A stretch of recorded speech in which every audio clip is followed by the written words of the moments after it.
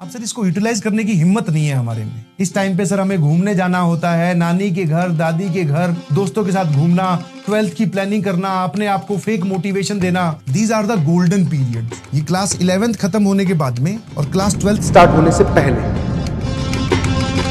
कि sir school से तो टाइम मिलता ही नहीं हमें, तो संडे वाले दिन ये काम कीजिए। जब बाकी दुनिया छुट्टी एंजॉय कर रही होगी तब उस दिन ये काम कीजिए। That is the time management. तुम्हारे भी तो फिक्स स्लॉट होंगे ना, सोने वाला फिक्स स्लॉट है, खाना खाने का टाइम है, और प्रक्रियाएं हमें करनी होती हैं सर, बहुत सारी और भी चीजें हैं, नहाना धोना, खाना पीना। उनका टाइम निकालने के बाद में जो दिन में टाइम बचा, लेफ्ट आवर्स, मान लेते हैं कि आपके पास पूरे दिन में 4 घंटे बचते हैं, तुम्हारे पास में दिन में 10 घंटे बच रहे हैं, तो उसको 12 गोल में 10 गोल में बांटकर 10 घंटों में या 10 गोल में कन्वर्ट कर दो। हो सकता है किसी के पास घंटे बच ही नहीं रहे हो, तो आपके पास में टाइम आपके पास में आने वाला है। और सबसे बड़ा टाइम फ्रेम का विंडो बताता हूं, ठीक है, जिन लोगों को लग रहा है ना अभी भी कि जिनका बहुत बड़ा मेजर बैकलॉग है और उनके पास में टाइम नहीं है, क्लास 11th आपकी खत्म हो जाएगी मेरे ख्याल से फेब फर्स्ट वीक में, और उसके बाद में आपके स्कूल के एग्जाम्स हैं और बहुत सारी चीजें हैं। आपकी क्लास 12th स्टार्ट होगी मार्च 24 से लेकर 30 के बीच में। करीबन सर आपके पास में यहाँ पर फेब के 3 वीक और मार्च के 3 वीक, टोटल 6 वीक। ये जो विंडो है ये फ्री है, ये टाइम है। अब सर इसको यूटिलाइज करने की हिम्मत नहीं है हमारे में। इस टाइम पे सर हमें घूमने जाना होता है, नानी के घर, दादी के घर, दोस्तों के साथ घूमना,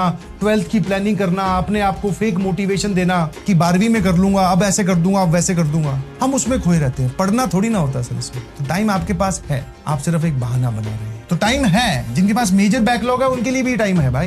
these are the golden periods. ये क्लास 11th खत्म होने के बाद में और क्लास 12th स्टार्ट होने से पहले अलग अलग चक्रों में पड़ जाते हैं बच्चे। 12th के पहले ही चैप्टर्स पढ़ लेता हूं सर मैं यूट्यूब से। अरे भाई, जो तुझे पढ़ाया गया था वो तो तूने पढ़ा नहीं, आने वाली 12th के तू चैप्टर्स पहले ही पढ़ लेगा। नहीं सर, टीचर्स बोलते हैं कि पहले से पढ़ के आना चाहिए। अरे वो सब फालतू की बकवास बातें हैं, जो पढ़ रखा है उसको तो ढंग से पढ़ ले एक बार। तो you have time but you don't want to utilize it. This is the reality. ये मत बोलो कि टाइम नहीं है, टाइम नहीं है, टाइम नहीं है, टाइम है। और गोल्डन पीरियड क्यों बोला उसको?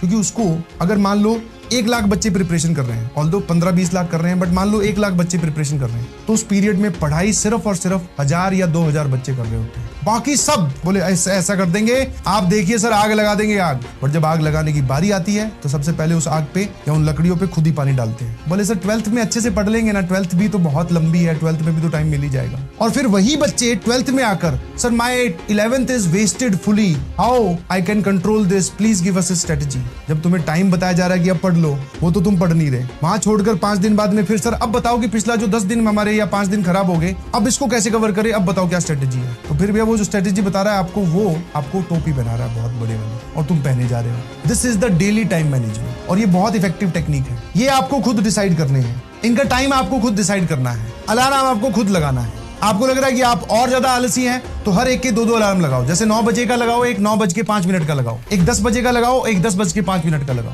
अब गोल में कुछ भी हो सकता है, चाहे नोट्स कंप्लीशन है, रिवीजन है, क्वेश्चन प्रैक्टिस है, डीपीपी सॉल्विंग है, या किसी और सब्जेक्ट के नोट्स कंप्लीशन है। मैंने गोल्स पे चर्चा नहीं की है, मैंने आपको बताया कि आपको टाइम कैसे मैनेज करना है। तो अगर आपके पास ये अलार्म है तो ये आपके पूरा दिन वेस्ट नहीं होने देंगे या पूरी रात नहीं वेस्ट होने देंगे। और अगर ये अलार्म नहीं है तो आप ख्यालों में खोए हुए हो, 9 से 10 क्या 9 से 11 बज गए, आपने देखा अरे यार 2 घंटे हो गए, कुछ भी नहीं किया, अब कल करूंगा।